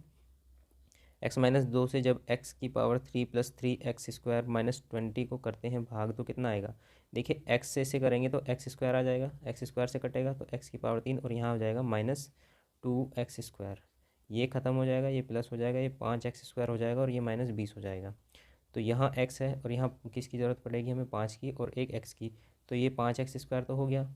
अभी प्लस माइनस माइनस आ जाएगा, 5 दूनी 10, ठीक है, 10x आ गया। अभी ये माइनस ये प्लस, ये ख़त्म हो जाएगा। यहाँ बचा 10x - 20, 10x - 20 बचा। तो यहाँ कितने से मल्टीप्लाई हम कर सकते हैं, +10 से। तो ये 10x हो जाएगा, और -20 कट गया पूरा पूरा। तो दोस्तों ये आएगा फैक्टर इसका। तो दूसरा फैक्टर क्या होगा, ये x² + 5x + 10, ये इसका दूसरा फैक्टर होगा। तो दोस्तों अब यहाँ समझिए, बात समझने की बात क्या है, बराबर 0 है। तो ये वाला तो हम ज़ीरो लेंगे नहीं, क्योंकि ये तो डिनाई किया हुआ है पहले ही।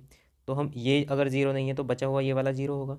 तो यहाँ से x² + 5x + 10 बराबर कितना होगा, हमारा 0 होगा, ठीक है।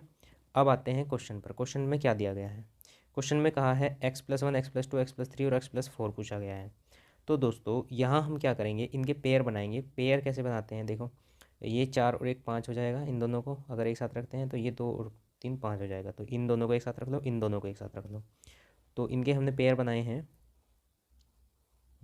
यहाँ करते हैं, कौन कौन से दो के पेयर बनेंगे, ये x+1 का पेयर है x+4, इसे इसके साथ रखेंगे, और x+2 को x+3 के साथ रखेंगे, ठीक है दोस्तों।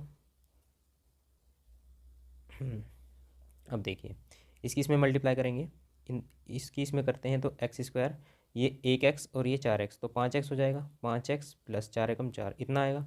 और यहाँ इसकी करते हैं तो x², 2x + 3x कितना, 5x, और +3 दूनी 6, ठीक है, ये आ जाएगा।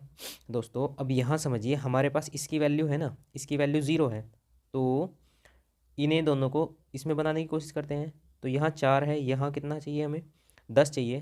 तो कितना, 6 जोड़ देंगे इसमें। तो 6 जोड़ेंगे तो 6 घटाएंगे भी।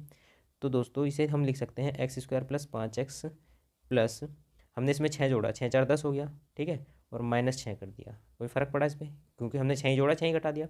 सेम काम इधर करेंगे हम, x² + 5x, इसे 10 बनाने के लिए इसमें 4 जोड़ना पड़ेगा। तो +10 तो हो जाएगा, और -4 हम इसमें से घटा देंगे। तो दोस्तों इसकी वैल्यू 0 है, इसकी वैल्यू 0 है। तो 0 - 6, और यहाँ आ जाएगा 0 - 4। तो 0 माइनस माइनस कितना हो जाएगा, ये -6 × -4 कितना आ जाएगा, 6 4 जा 24, माइनस का माइनस माइनस प्लस हो जाएगा। तो 24 प्लस के आंसर होगा इसका ऑप्शन सी, ठीक है दोस्तों। थोड़ा कैलकुलेटिव था ये, तो पेपर में अगर एकदम से आ गया, अगर आपने पहले नहीं किया हुआ है तो आप कर नहीं पाओगे, इसलिए ऐसे क्वेश्चन की भी प्रैक्टिस हमें कर लेनी है। नेक्स्ट क्वेश्चन नंबर 22 है। इसमें कहा गया है एक अर्धगोले का आयतन 2425.5 है, इतने सेंटीमीटर क्यूब है, इसकी त्रिज्या ज्ञात करनी है। तो दोस्तों अर्धगोला जो होता है, अर्धगोला अर्धगोला एक इस प्रकार का होता है, हाफ स्फेरिकल बोलते हैं। इसका जो आयतन होता है वो होता है, देखिए पूरे गोले का होता है 4/3 पाई r3 होता है। तो अर्धगोले का होता है 2/3, ठीक है। हमें अर्धगोले का निकालना था, तो 2/3 है।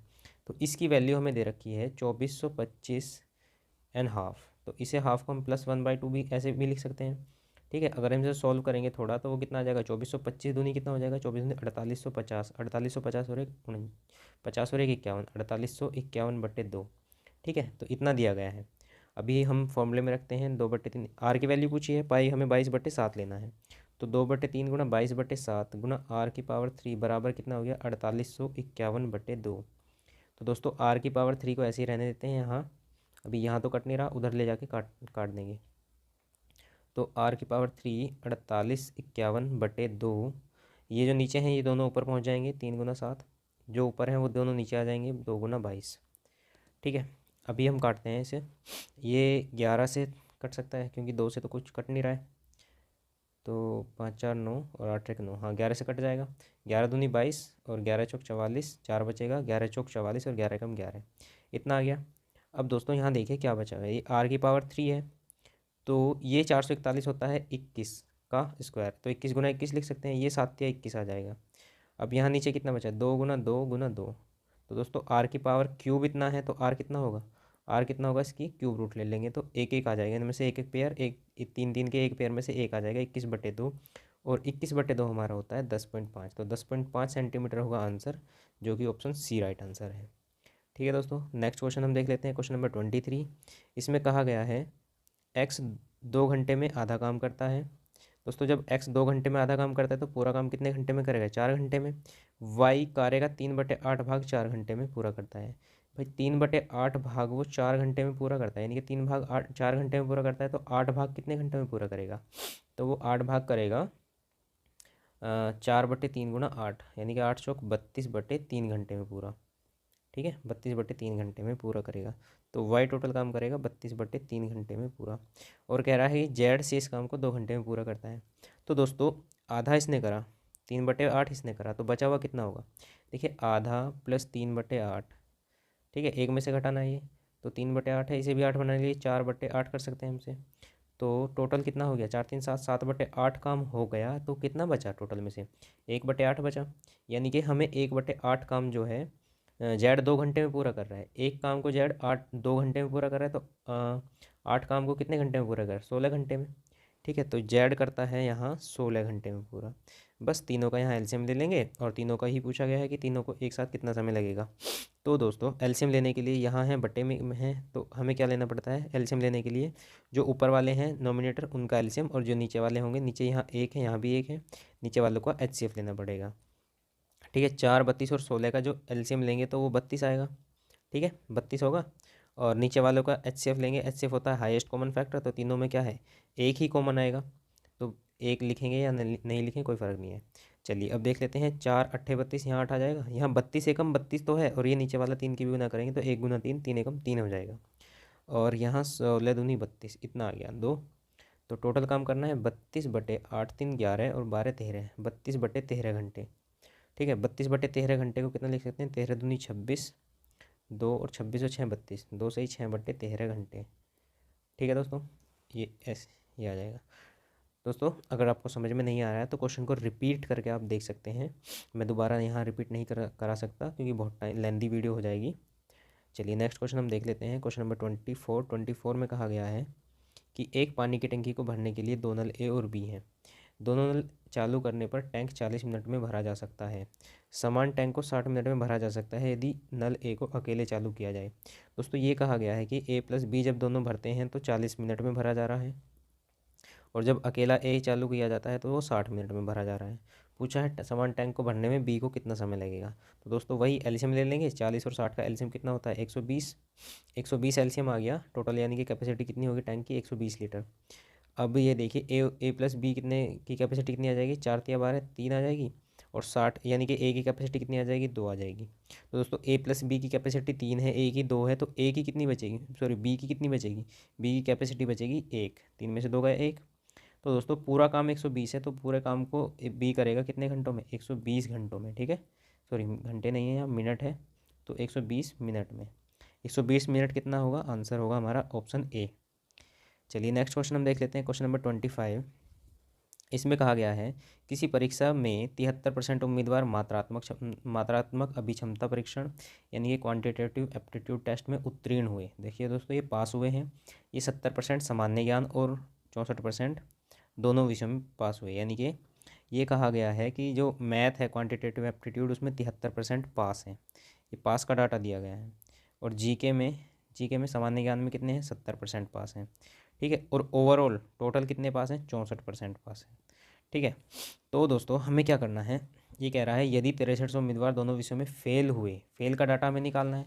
तो दोस्तों जब पास पास पास यानी कि 2 विषयों में पास और फिर टोटल भी पास का दिया है, तो उससे अगर हमें फेल का डाटा निकालना होता है तो फेल का डाटा निकालने के लिए हम क्या करेंगे, जो पास पास हैं अलग अलग उनको जोड़ लेंगे, 70 और 73 कितना हो जाएगा 143। ठीक है, और जो टोटल है, जो मतलब मिक्स है, मिक्स वाले को क्या करेंगे हम, दोनों वाले को उसमें 100 जोड़ देंगे, तो प्लस 100 हो जाएगा, तो कितना हो जाएगा 164। ठीक है, अब इन दोनों का अंतर ले लेंगे, जो इन दोनों का अंतर होगा वो होंगे दोनों विषय में फेल। ठीक है, इन दोनों का अंतर कितना आएगा, ये आएगा जी हमारा 7 और 14, 21। तो दोस्तों 21% परसेंट मान सकते हैं, हाँ 21%। 21% की जो वैल्यू है वो 6300 है।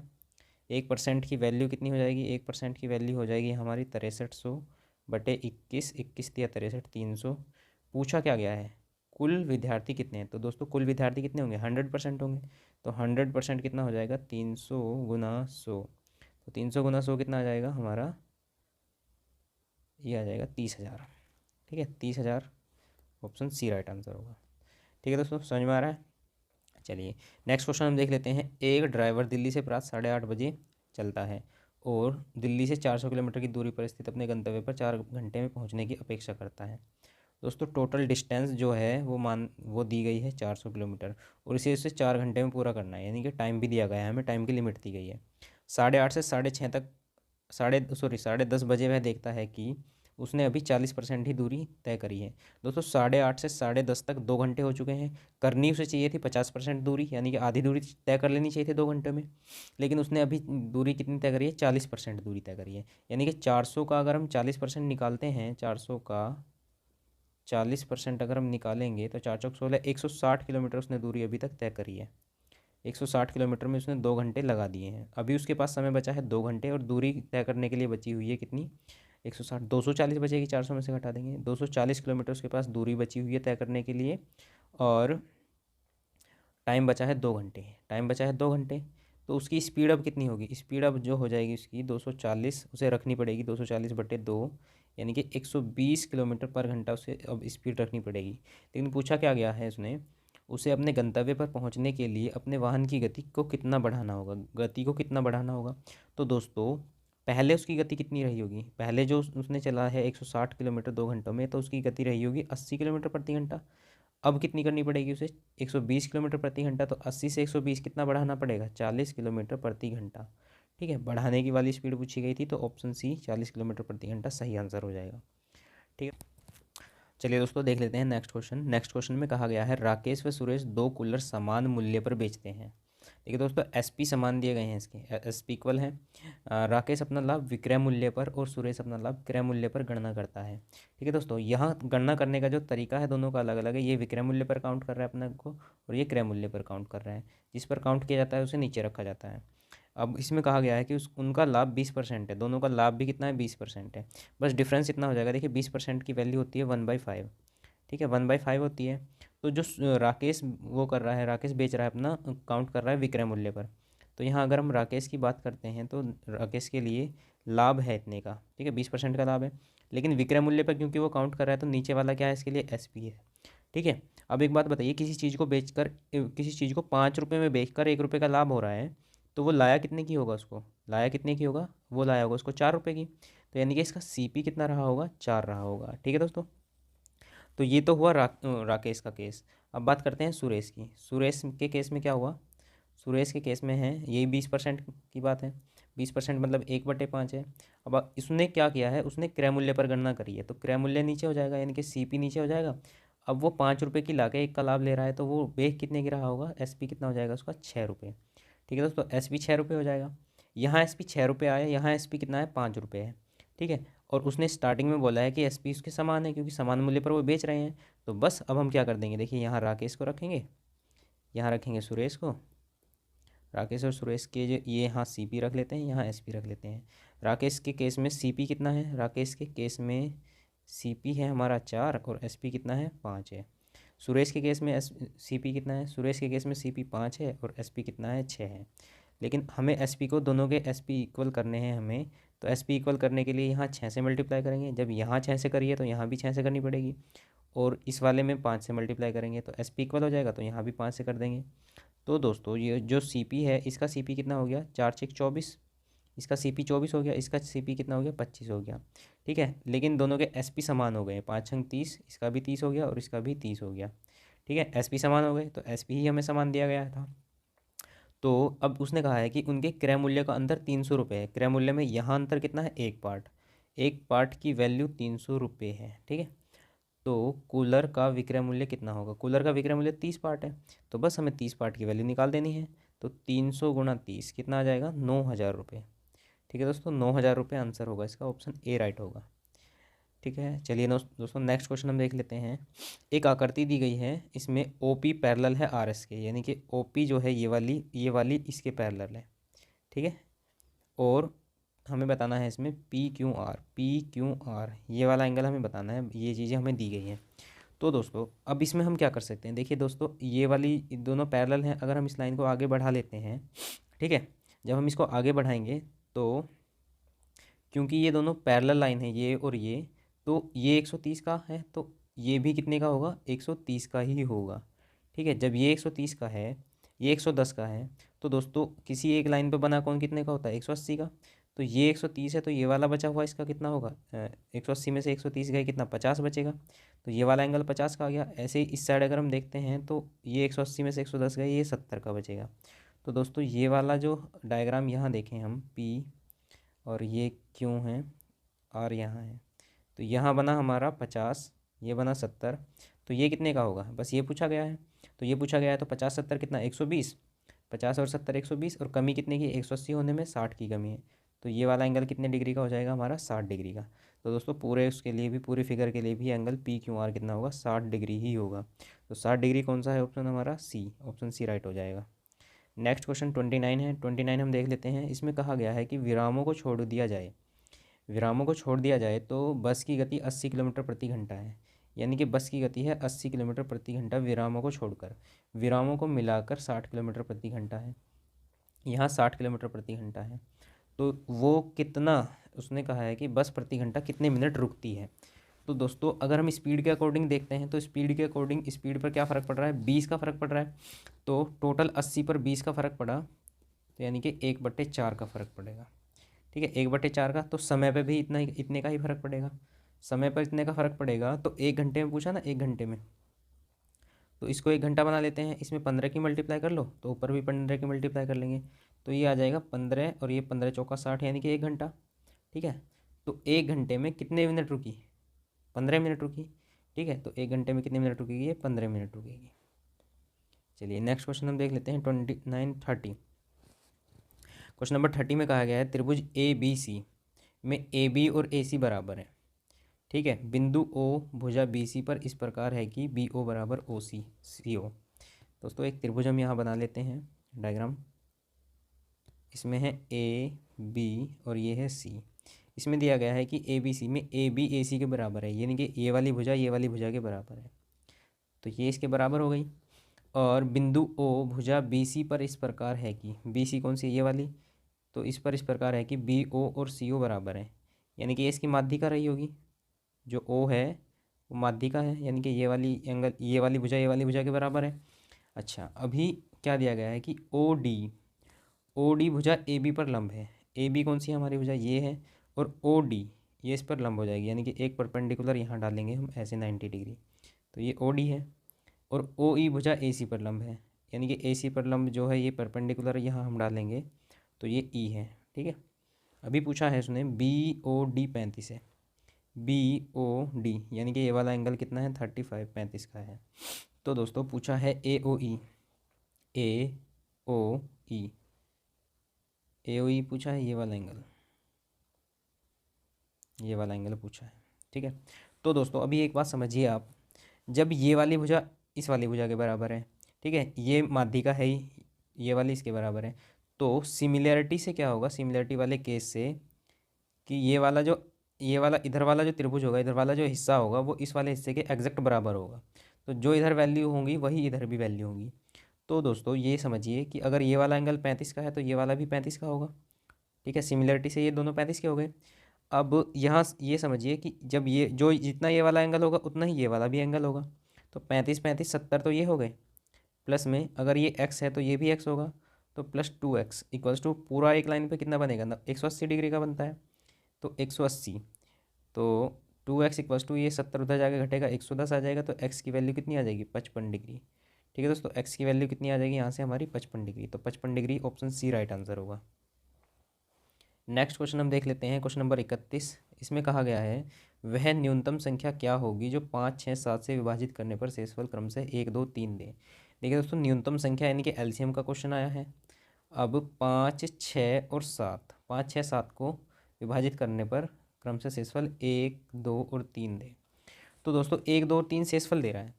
तो यहाँ हम एक कॉन्सेप्ट है, मैं जब आपको एलसीएम का चैप्टर पढ़ाऊंगा तो नेगेटिव रिमाइंडर का एक कॉन्सेप्ट होता है, नेगेटिव रिमाइंडर का। तो वो नेगेटिव रिमाइंडर क्या है, नेगेटिव रिमाइंडर हम कैसे निकालेंगे, देखिए पॉजिटिव रिमाइंडर अगर 1 है तो उसे इसमें से घटा देंगे तो नेगेटिव रिमाइंडर निकल जाएगा 4, यहाँ भी 4 और यहाँ भी 4, यानी कि इनका नेगेटिव रिमाइंडर सेम दिया गया है सबका। ठीक है, नेगेटिव रिमाइंडर क्या दिया गया है, सेम दिया गया है। तो दोस्तों 5, 6 और 7 का एलसीएम कितना होता है, 5, 6 और 7 का एलसीएम होगा हमारा 5 छंग 30, 3 7 21, 210, 210 है। और कहा क्या गया है कि इतने से विभाजित करने पर क्रम से इतना इतना और इतना शेषफल बचे। दोस्तों अगर ये क्वेश्चन ऐसे होता कि 5, 6, 7 से विभाजित करने पर 4 शेषफल बचता है, ठीक है, 4 शेषफल बचता है, तो दोस्तों हम क्या करते, इसका एलसीएम निकाल लेते और उसमें क्या कर देते, 4 जोड़ देते, तो वो आंसर हो जाता। लेकिन यहाँ 4 शेषफल नहीं बच रहा है, यहाँ नेगेटिव 4 बच रहा है। तो ये जो नेगेटिव वाला 4 है इसे हम क्या कर देंगे, प्लस नेगेटिव 4 कर देंगे। ठीक है, प्लस में -4 कर देंगे। और देखिए कॉन्सेप्ट तो वही किया हमने, बस नेगेटिव रिमाइंडर से किया। ठीक है, तो ये 210 प्लस कीजिएगा, माइनस आ जाएगा 4, कितना आ जाएगा, ये 206 हो जाएगा। तो दोस्तों 206 आंसर होगा इसका, 214 नहीं होगा, 206 होगा। ठीक है, चलिए नेक्स्ट क्वेश्चन हम देख लेते हैं, क्वेश्चन नंबर 32 में कहा गया है कि 800 वर्षों में कितनी बार 29 तारीख आएगी। दोस्तों 800 वर्षों में, देखिए ये रीजनिंग का क्वेश्चन है, मैंने इसमें इसलिए जानबूझ कर रखा है क्योंकि अच्छा क्वेश्चन है। 800 वर्षों की अगर हम बात करते हैं तो उसमें कितनी बार 29 तारीख आएगी। तो अब एक बात आप समझिए कि 29 तारीख जो आएगी वो हर साल 11 महीनों में तो आएगी। अगर हम लीप वर्ष की भी बात नहीं करते हैं तो हर साल 11 महीने में तो 29 तारीख आएगी, फरवरी को छोड़कर। तो 800 गुना 800 साल हैं, तो 800 गुना 11 यानी कि 8800 बार तो 29 तारीख आनी ही आनी है। अभी हम बात कर लेते हैं कि जितने लीप वर्ष होंगे और बाकी फरवरी में आएगी, और फरवरी में जितने लीप वर्ष होंगे उतनी बार आएगी। तो 800 वर्षों में कितने लीप वर्ष बनते हैं ये काउंट हम कर लेते हैं। दोस्तों 800 वर्षों में अगर हम 100 वर्ष की बात करते हैं तो 100 वर्ष में बनते हैं कितने लीप वर्ष, 100 वर्षों में दोस्तों अगर हम इसे 4 से डिवाइड करेंगे तो 25 बनना चाहिए। लेकिन दोस्तों ये समझने वाली बात है कि अगर 100 है तो वो 100 4 से भी कटते हुए भी वो लीप वर्ष नहीं होता।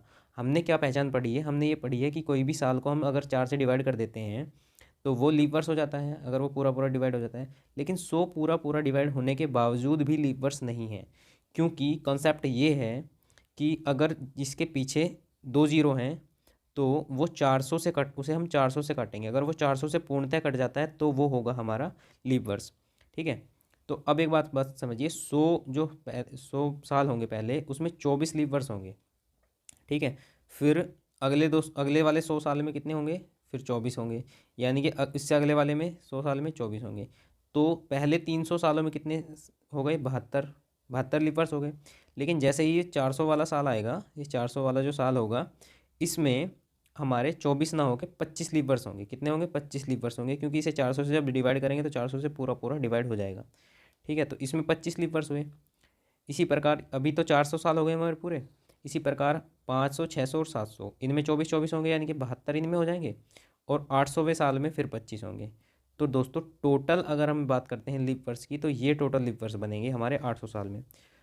तो दोस्तों 800 साल में कितने लीप वर्ष होंगे, 25, 25, 50 और 72, 144, 144 प्लस 50 कितना हो जाएगा, 4, ये हो जाएगा 5, 4, 9 और ये हो जाएगा 194। तो 194 को 8800 में जोड़ देंगे तो हमारा क्या आ जाएगा, टोटल आ जाएगा 998, यानी कि 8994, 8994 बार 29 तारीख आएगी। तो 8994 कौन सा है, ऑप्शन ए राइट आंसर होगा। ठीक है, चलिए अभी ये डाटा इंटरप्रिटेशन के क्वेश्चन है, इसे थोड़ा ध्यान से समझते हैं। इसमें क्या कहा गया है कि निम्नलिखित रेखा आरेख वर्ष 2012 से 18 के दौरान JSW द्वारा खरीद और बिक्री धनराशि के अनुपात को दर्शाता है। तो दोस्तों ये अनुपात दर्शा रहा है, ये जो वैल्यू दी गई है जैसे ये और ये 0.75 ये है, ये एक अनुपात है। किसका अनुपात है, ये खरीद और बिक्री का, खरीद बटे बिक्री की वैल्यू दी गई है, खरीद बटे बिक्री की वैल्यू जैसे ये 0.75 है, तो इसका अनुपात अगर हमें निकालना हुआ तो हम 75/100 नहीं करेंगे इसको, ठीक है, ये पॉइंट हटा के, तो 25 या 75 और 25 चौका 100, 3/4 आ जाएगा। तो खरीद 3 होगी तो बिक्री 4 होगी, इस तरह से दिया गया है। अच्छा, अभी हम देख लेते हैं अनुपात को दर्शाता है। यदि वर्ष 2015 में खरीद 350 करोड़ थी, वर्ष 2015 की बात कर लेते हैं हम, ये वाला 15 है, और इसमें जो रेशो है ये है 1.4, तो 2015 में 1.4 का रेशो है, तो 1.4 के रेशो को हम बट्टे में 10 इसे यहाँ रख देंगे, 7/5 आ जाएगा। तो ये खरीद है और ये बिक्री है। लेकिन उसमें दिया गया है 2015 में जो खरीदी थी वो 350 करोड़ थी, तो 7 पार्ट की वैल्यू कितनी है, 350 करोड़, ठीक है।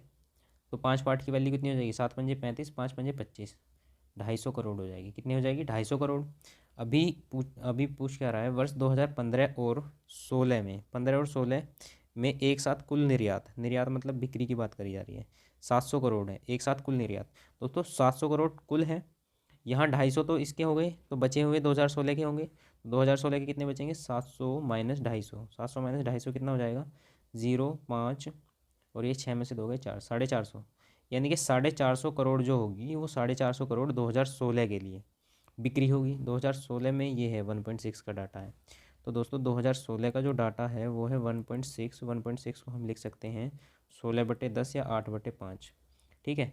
नीचे बिक्री है और वो खरीद है, खरीद। तो दोस्तों बिक्री 5%, 5 पार्ट की वैल्यू 450 आ गई जो हमने यहाँ से निकाली है।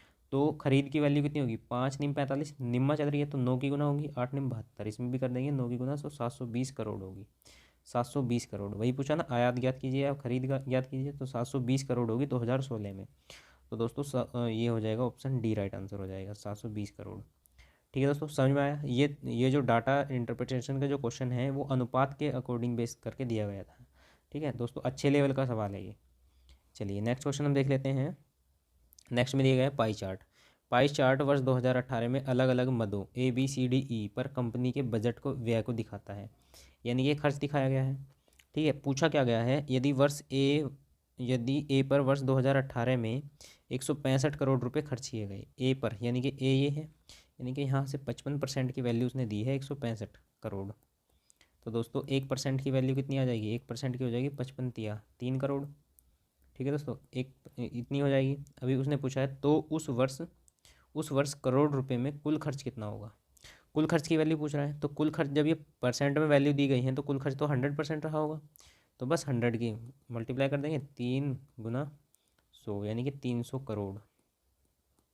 ठीक है दोस्तों, 300 करोड़ आ जाएगा, 300 करोड़ ये होगा, ऑप्शन डी राइट आंसर हो जाएगा। नेक्स्ट हम देख लेते हैं। अच्छा, नेक्स्ट भी यही है पाई चार्ट, इसी का क्वेश्चन है।